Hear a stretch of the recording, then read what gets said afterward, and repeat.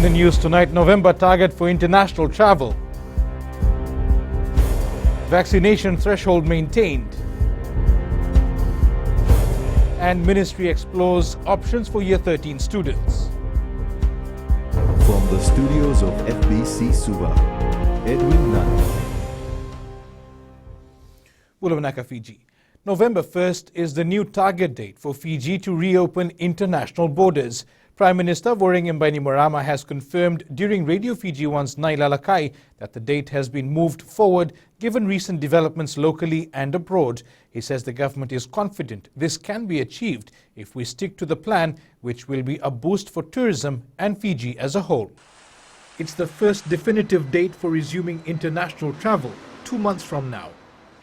You must have heard that Qantas has announced its international restart plan for December, where they have to include Fiji. This has given us the confidence to open our international border by the 1st of November this year. The government was working with a December timeline, but the goalpost has moved forward thanks to the success of the vaccination campaign. So that's the target we've set now, and it'll be really good. And I think it bases itself on the success that we've had with the vaccine rates. Companies like Qantas and the Australians, they wouldn't be coming to Fiji and saying they're going to come here unless they saw our vaccination numbers.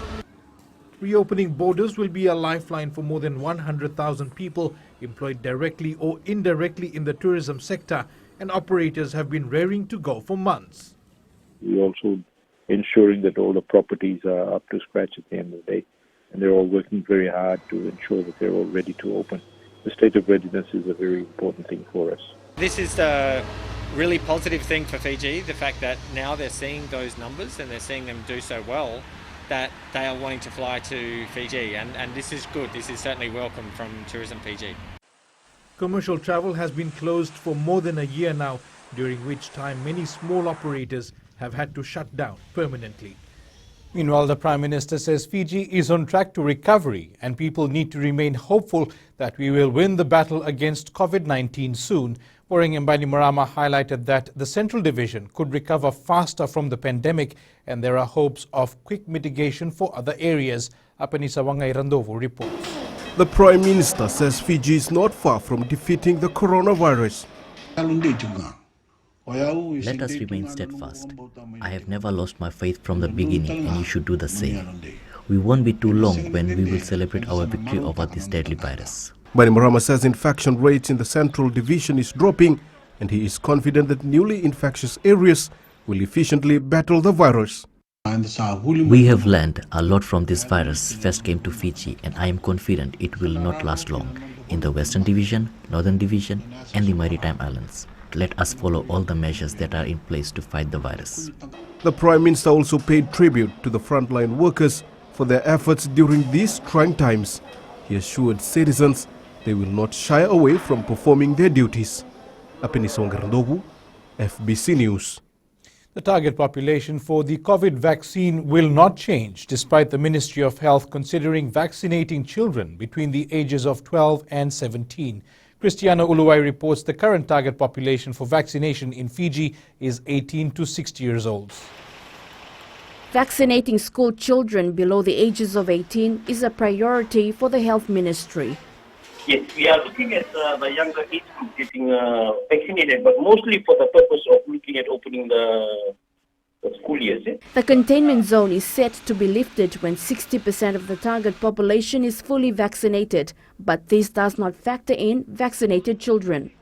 The opening of a containment border is a separate decision. That one it's not hinging on the younger population. The vaccination of the young population is more as an effort to get our education system back on track. The Ministry of Health says it carries out processes and procedures on information from credible sources.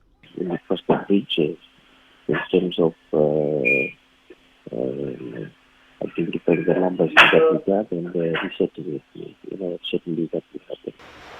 That's the most important thing is to be able to work and practice according to the best practice and according also to the guidance of public. The Health Ministry is making arrangements to secure a Pfizer vaccine for children between the ages of 12 and 17.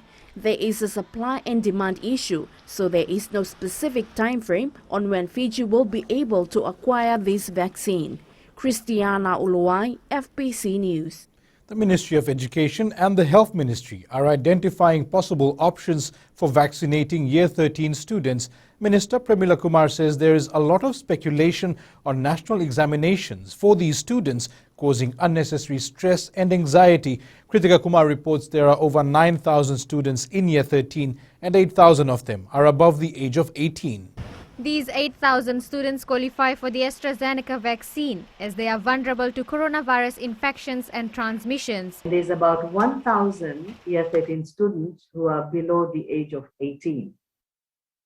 And Ministry of Education is working with Ministry of Health to see how soon we can roll out vaccination. Premila Kumar says they are working with stakeholders to monitor the daily COVID-19 situation and review the safest possible option relating to school reopening. We came up with the idea that we should have a 4-term year so that the first term can be used for revision. Permanent Secretary for Health Dr. James Fong says they are exploring options for the 1,000 Year 13 students who are not yet 18 years. I know some authorities have given approval for use for younger age group of Moderna, and we're looking at that one. But I think before we actually decide on Moderna, we want to be sure that we can get Pfizer. Both ministries are working together to keep children safe as the number of active COVID-19 cases remain high. Kritika Kumar, FBC News.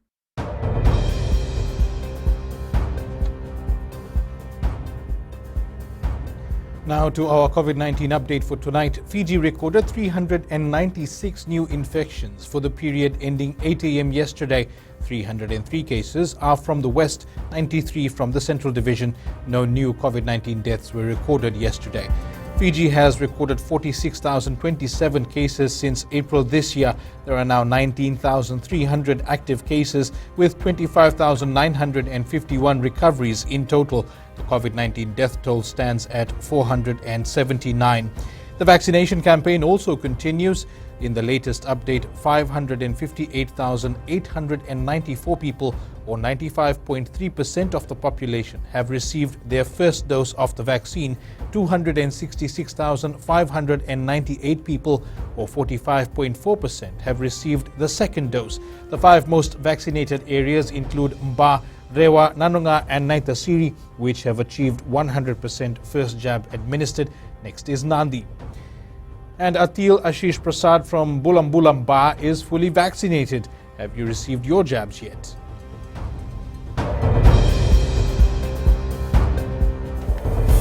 Up ahead, Tambuya wants Gavoka and his team out. And resorts prepare for guests.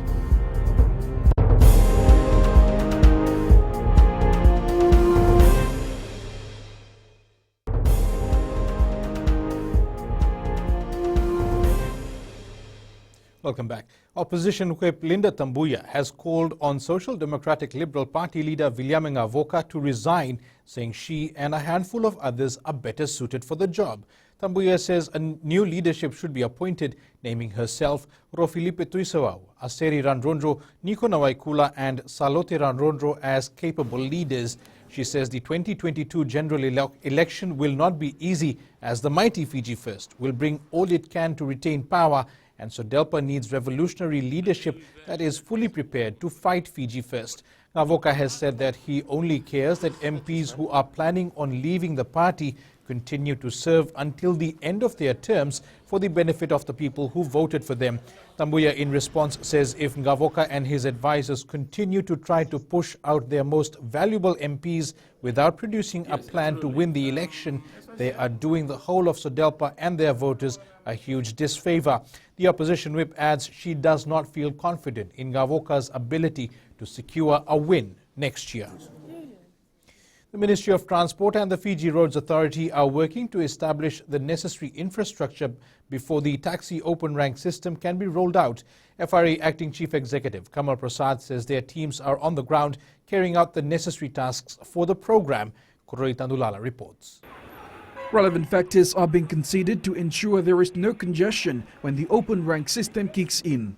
The taxi ranks that are on-road reserves at the moment will remain there, but the operation will be a little bit different. And it will just, in many places, it will remain the same. On others, we might have to just change the line marking. The Land Transport Authority is also involved in the ongoing process to ensure a smooth rollout in the near future. It's a combined effort together with the Fiji Roads Authority with respect to different bases that are being established around the city areas and towns. And there'll be more bases, more taxi bases. And so the consumer gets to choose at the end of the day, more choices for them. And the taxi drivers will have more places to go through, because it's, as you know, it's first in, first out. The Open Taxi Rank Assistant aims to improve services, ease the financial burden on operators by allowing taxi drivers to operate within the designated zones on a first in, first out basis. Koroi Tandulala, FBC News. The Radisson Blu Resort is ready to open to international guests at any time. It's one of the few resorts that's been operating during the pandemic under strict protocols. Felipe Naikaso has more.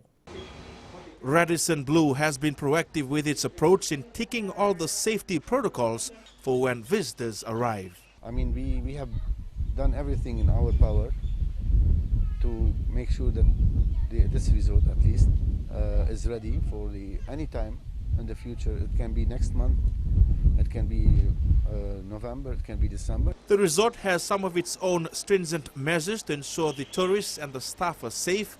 The staff have also adapted well to the new measures. Last year we discussed that we were the first hotel in Fiji to have an international company doing our safety protocols. So even last year we went through with SGS, which is one of the biggest quality control companies in the world. And we set our protocols and we follow them, even when we were COVID-free. We will all be working together as a team. That's the really important thing. It's no, one person or one group. It's getting all those stakeholders together to open safely. So, we're communicating as much as possible, working together as a team. Radisson Resort will also be looking to bring in more staff in the future, especially when tourist numbers start to peak. Felipe Naikaso, FBC News. With schools across the country still closed, students are quickly adapting to self-taught lessons with help from parents and guardians. For some, learning from home is also a chance to help their families in any way they can. Lina Rees with this report. While struggling to keep updated with worksheets, 17-year-old Joshua Kofana has also kept himself busy with farming during this pandemic. Besides the worksheets here in Naitasiri, there isn't much to do. So I started farming cassava and dalo just to support my family. The Year 12 student says he is also considering taking his COVID shot next year for the safety of his friends and family. I turn 18 next year and I know I will be able to get vaccinated. I want to get the COVID-19 vaccine and contribute to going back to a safer school environment. Parents are also grateful that children are not left behind as schools remain closed. We are grateful for the hard work of the frontliners and especially teachers who have not forgotten to keep our children busy with worksheets as schools remain closed. The Ministry of Education is encouraging students to continue learning from home using the weekly home study packages. Lina Rees, FBC News. Coming up in world news, Hurricane Ida wreaks havoc in Louisiana. And later in sports, Lionel Messi makes PSG debut.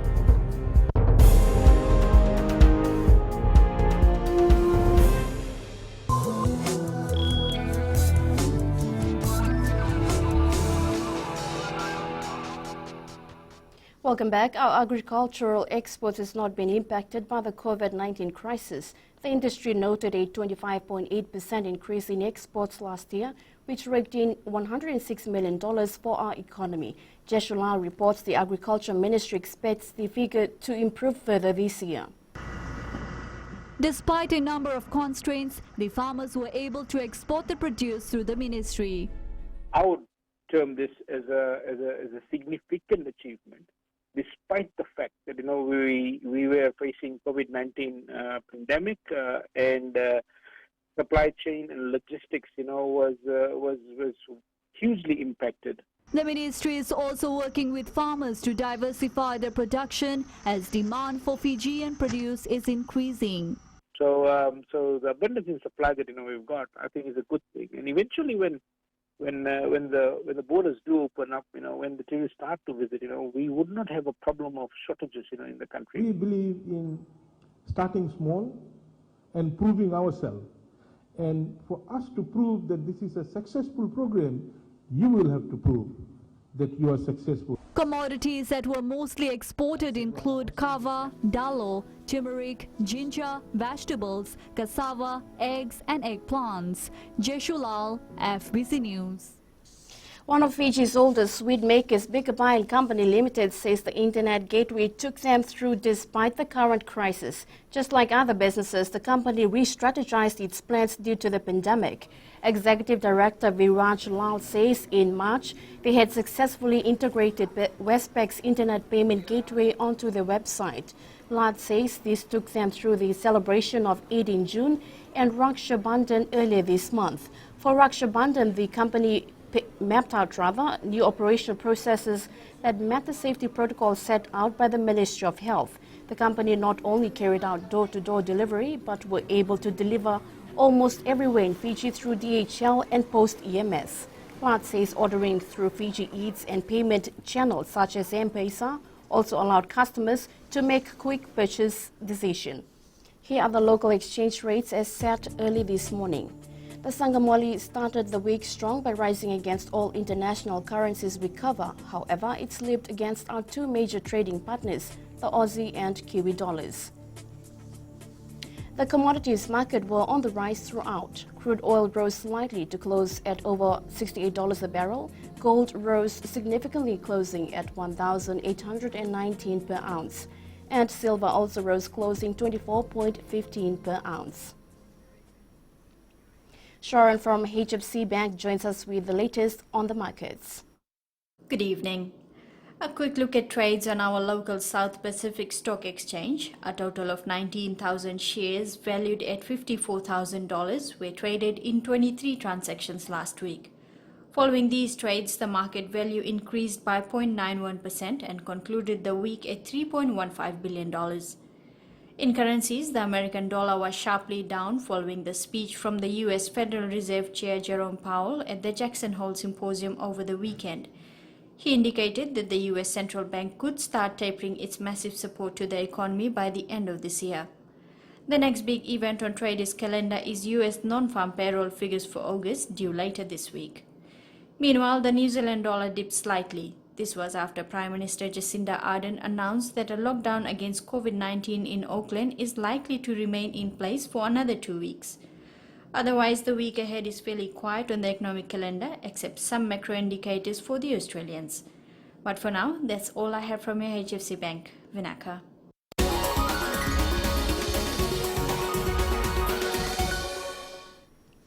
In Growing Fiji tonight, the Suva City Council is expecting more developments in the Nasese area. Chair Isikeli Tikundondua says with the construction of a 6-story building underway, more investors are applying to build complexes in the area. Tikundondua says Nasese will become the next shopping village once roadwork is completed. One of the investors from the west, Bobby Khan, who's now putting up a 6-story building in Nasese, a gated village there with Punja that they have come up. So we see that once that new road development is finished, that a lot of people will come in and put offices complex in that area.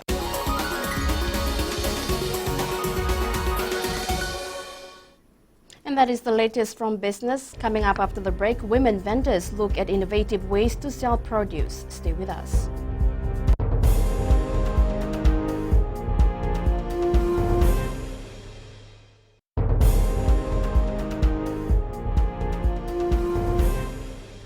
Welcome back. Brazil was able to record a good coffee harvest last year, and high prices also helped producers. But this year, things are looking very grim due to drought.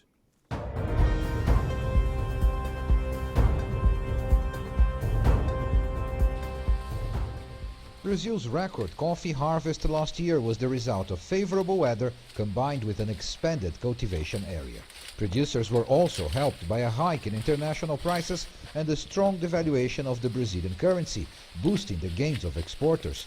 But this year is not looking good, with a severe drop in production caused mainly by drought in key production areas. This producer from the countryside of São Paulo state says the region's farmers are counting their losses this year and not optimistic about 2022 either. The coffee harvest this year is terrible. We have been seeing enormous losses. And this latest frost we had is going to hit also the next harvest. Brazilian coffee growers always know that a strong year is, as a rule, followed by a weaker one. It's a natural biannual cycle of this commodity. However, the drought in 2021 has reduced output far more than expected. Usually, the average difference between an on and an off crop year in Brazil is around 12 to 15%. The prices are likely to remain high due to the reduced output, but the question is whether producers can make any profit with so little of the commodity to sell.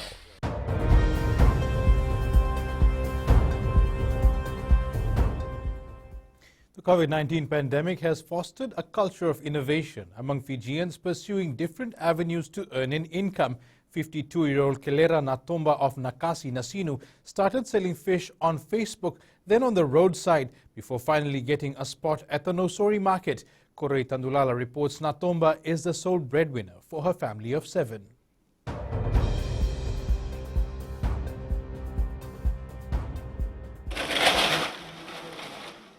The 52-year-old self-employed woman says she moved to Suva from Lambasa in pursuit of better opportunities. Life in Suva is very hard, so we have to start somewhere. So that's how we started.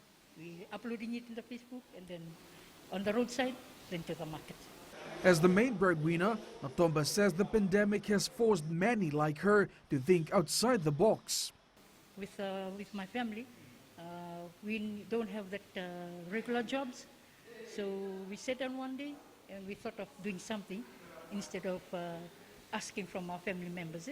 So that's how we started. Also struggling to provide for her family of 7 is Kamlesh Lata, who sells vegetable at the Nosori market.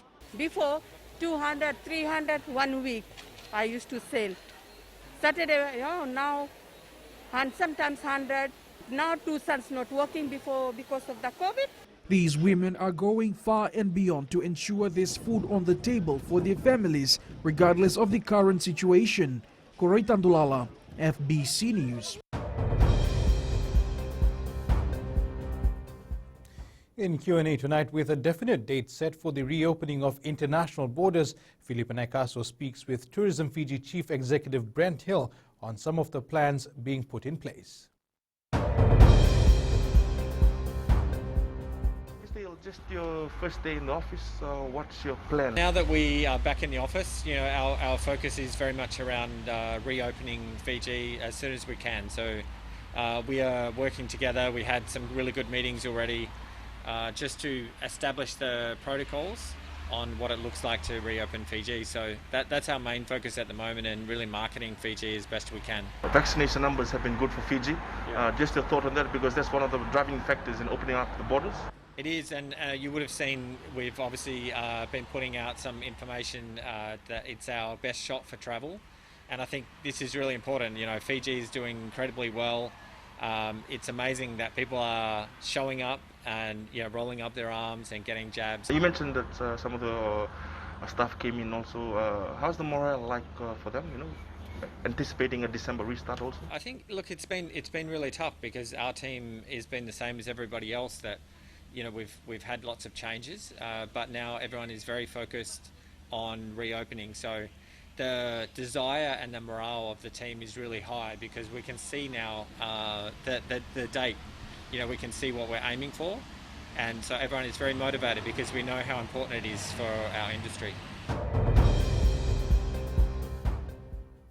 And let's join Jamie now with tonight's sports report. Thank you and good evening in sports tonight. Super Rugby Pacific format confirmed. And Rakesa disqualified in Tokyo. Details coming up.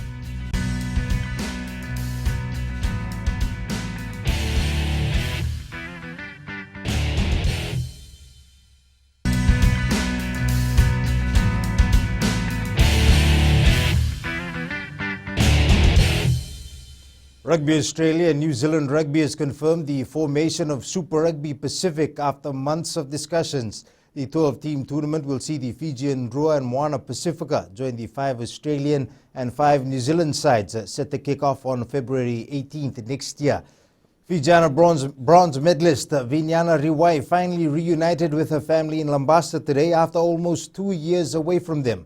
The 30-year-old was accorded a welcome ceremony by her family and the Vanua of Wasavulu, led by the Tui Lambasa Ratu Chonengo Mate under strict COVID-19 protocols. Eleanor Torangeviu has more.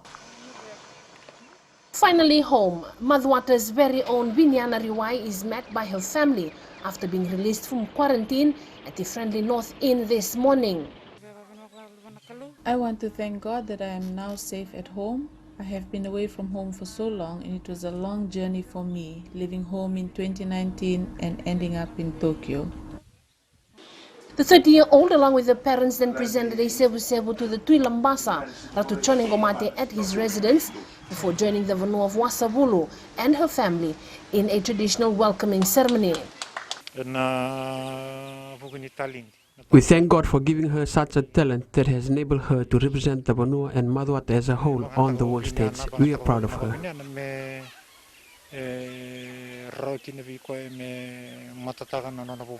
The eldest of 4 siblings, Riwai says her journey from home to Tokyo was not easy, but she is thankful for the love and support shown by her family and fans. I couldn't wait to come back home. It was too long and we had to go for quarantine again, and then when I arrived here, another 4 days quarantine. I'm just happy that I was able to come to meet my family before I take up further rugby commitments. Riwai plans to enjoy the next 3 months with her family before leaving for Vitilevu again in December for rugby commitments. Eleanor Torangeviu, FBC Sports. Fiji's Paralympian Yosepo Rakesa was disqualified from the shot put F41 final at the Tokyo Games today. Rakesa missed out on a medal prospect due to a technical timeout. The 25-year-old says he's disappointed, however, is not letting this dampen his spirit. He's now focusing on his second event, the Javelin F41 final on Saturday. Meanwhile, Inosi Matea will compete later tonight in the Javelin F64. The interim Fiji Volleyball Federation administration aims to fully revive beach volleyball in the country. But before this takes form, interim president Kemweli Naingama says they must first get the indoor competition up and running again. Naingama says indoor volleyball has been successful over the years and they want to incorporate the same system for beach volleyball. First things first, we try and address the indoor and have a good structure put in place that is sustainable and with regular, strong competition. Once that's in place, then we try and imitate the same concept with beach volleyball.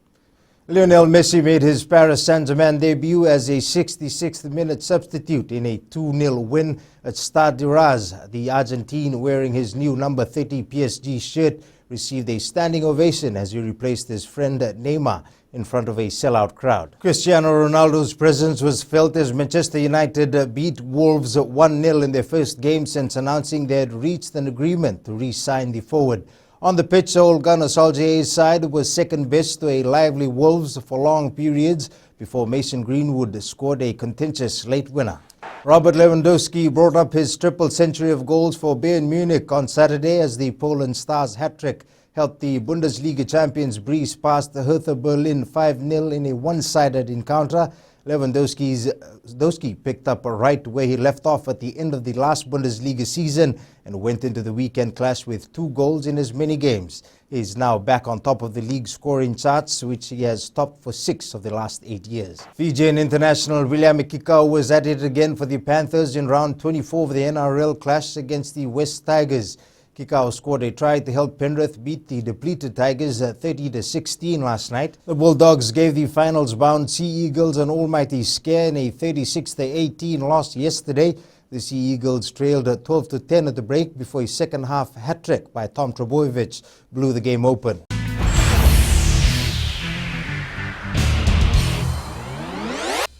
In play of the day, Son Heung-min marked his 200th Premier League appearance with a winning goal as Tottenham maintained their 100% start to the season against Watford. The 1-0 win means Spurs will top the table heading to September's international break.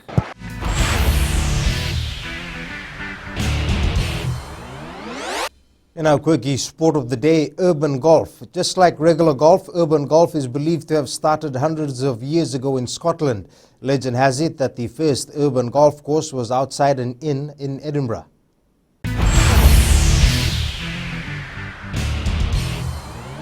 That's it from Sports Tonight. Coming up in Weird and Wonderful, take a look at the world's largest troll collection. Find out more after the break.